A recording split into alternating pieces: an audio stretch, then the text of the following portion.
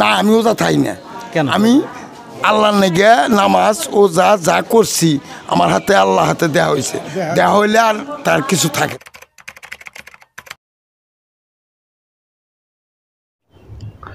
এই সমস্ত মানুষকে দেখলে বড় কষ্ট লাগে। বয়সে উনি কত বড় হবেন, অথচ ইসলামের ব্যাপারে ওনার কথা শুনে মনে হলো যে উনি একজন শিশু। ইসলামের ব্যাপারে তার কোনো নলেজ নাই।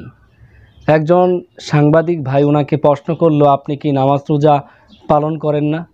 সে উত্তর দিল যে আমি এত পরিমাণে নামাজ রোজা করেছি যে আল্লাহর সাথে আমার দেখা হয়ে গেছে, এখন আর আমার কোনো নামাজ রোজার প্রয়োজন নাই।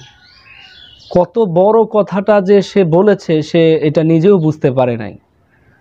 আজকে আমাদের সমাজে এমন অনেক মানুষ আছে যারা আজকে ইসলাম সম্পর্কে বিন্দু পরিমাণও জ্ঞান রাখে না।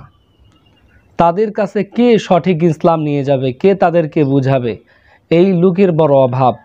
আমাদের সমাজে তাবলিগ জামাত যারা সাধারণ মানুষদেরকে ইসলামের দিকে আহ্বান করে, এরকমভাবে বহুত দল জামাত আছে যারা মানুষদেরকে বিভিন্নভাবে বিভিন্ন পন্থায় ইসলামের দিকে আকৃষ্ট করে, ইসলামের সৌন্দর্য দেখিয়ে তাদেরকে ইসলামের মধ্যে নিয়ে আসে, নামাজি বানায়, রোজাদার বানায়। কিন্তু এই সকল মাজার পূজারী যারা মাজারের মধ্যে পাগলের মতো ঘুরে বেড়ায়, তাদেরকে কেউই দাওয়াত দেয় না। এই ক্ষেত্রে অনেকটাই আমরা পিছিয়ে আছি। তো আমাদের দায়িত্ব হচ্ছে সব ধরনের মানুষকেই বোঝানো। আজকে যদি আমরা তাদেরকে না বোঝাই, কে তাদেরকে বোঝাবে? এই সকল মানুষদেরকে বোঝানো আমাদেরই দায়িত্ব।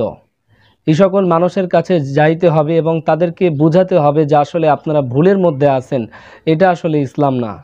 ইসলাম আপনাকে পাগল হওয়া শিখায় না, যে আপনি বলতেছেন যে আমি ছোটোবেলা থেকেই পাগল, বোঝার পর থেকেই আমি পাগল, এই রকম।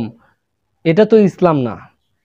আপনি তো ইসলামের বাহিরে কিছু প্র্যাকটিস করতেছেন। তো আমরা সকলেই একটু সচেতন থাকব এবং এই সকল মানুষ যারা পথভ্রষ্টতার শিকার হয়েছে, ভুলের মধ্যে আছে, তাদেরকে আমরা বাঁচানোর চেষ্টা করব। দেখা যায় আমাদের আশেপাশের অনেক মানুষ, আমাদের পরিচিত অনেকেই ধরনের মাজারে গিয়ে বিভিন্ন ধরনের বিভ্রান্তির শিকার হচ্ছে। আমরা তাদেরকে বুঝাবো এবং সঠিক পথের দিশা দেব। আল্লাহ আমাদের প্রত্যেককে ভালো কাজ, দাওয়াতি কাজ করার তৌফিক দান করুক। আমিন।